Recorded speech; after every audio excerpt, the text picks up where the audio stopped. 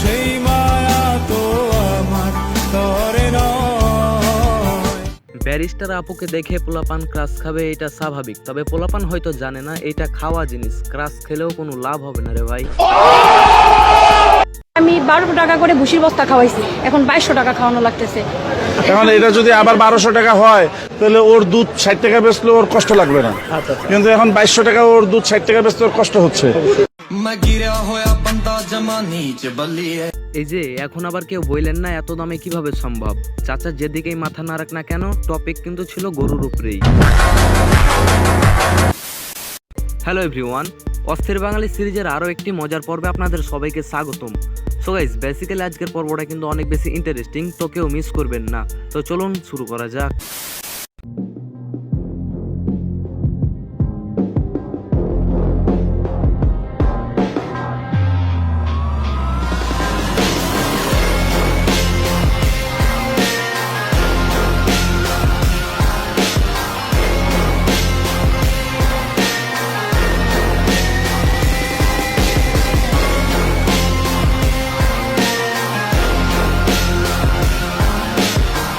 হ্যাঁ গাইস, এইটাই আমার বর্তমান অবস্থা। বর্তমান সময়ে বরফ আর ঠান্ডা পানি ছাড়া কাউকে ভালোবাসতে মন চায় না, এমনকি বউকেও না।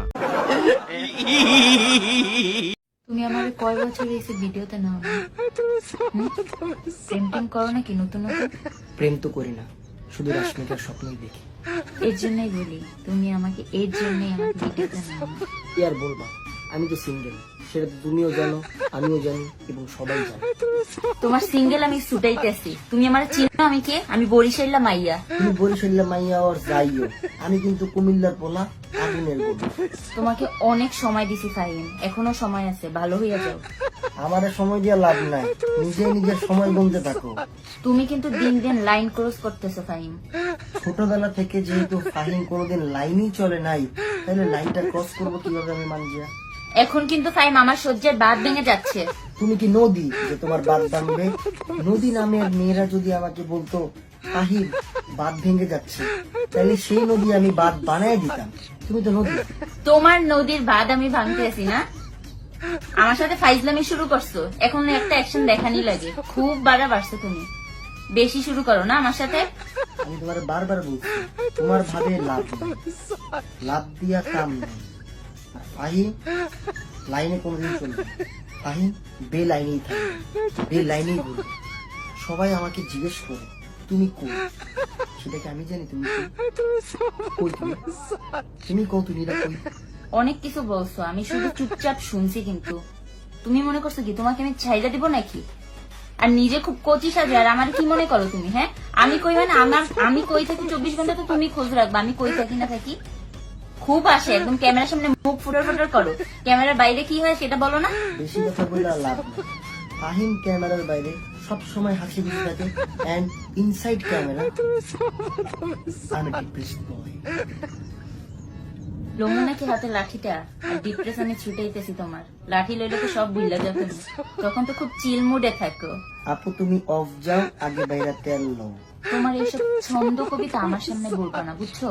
আর এইসব আমার, তোমার সাথে আসলে আমার কথা বলতেই ভুল হয়ে গেছে, দূর।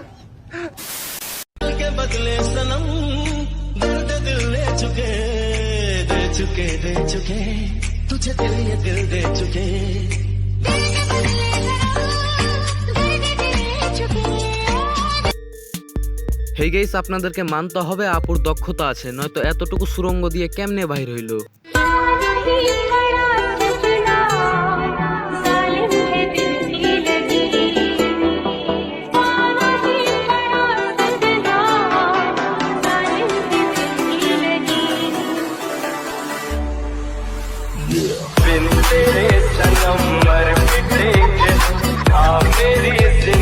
এত বছর ধরে এতগুলো ঢিল মারলাম, তবুও একটা পাখি মারতে পারলাম না।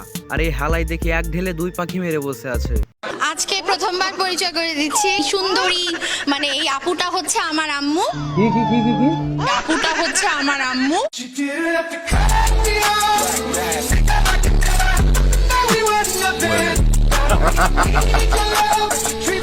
মাঝে মাঝে আমার একটা কথা মনে হয়, জীবনের সবচাইতে বড় ভুল করেছি টিকটক আর ফেসবুক অ্যাকাউন্ট খুলে, নয়তো এগুলো দেখা লাগতো না রে ভাই।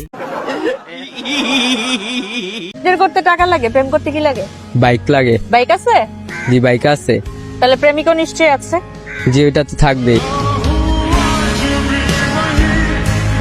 হে গাইস, এখন আপনারাই বলেন, আমার তো গার্লফ্রেন্ডও নাই, বাইকও নাই, এখন আমার কি করা উচিত?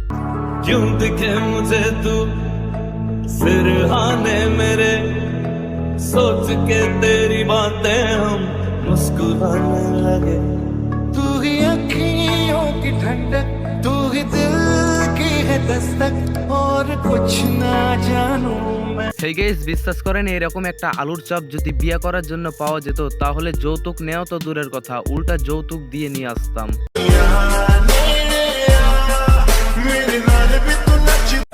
नखरे वाली तेरी गाली गलन सारी लाल गुलाबी पागल करते तुझे मोरनी शीतल गुलाबी साडी आणि लाली लाल लाल दिसते मी भारी ताजा फोटो माझा कर गुलाबी साडी आणि लाली लाल लाल दिसते मी भारी ताजा फोटो माझा कर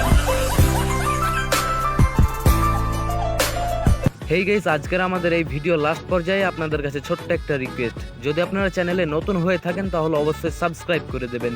দেখা হচ্ছে নতুন কোনো ভিডিওতে, ততক্ষণ ভালো থাকবেন, সুস্থ থাকবেন, খোদা হাফেজ।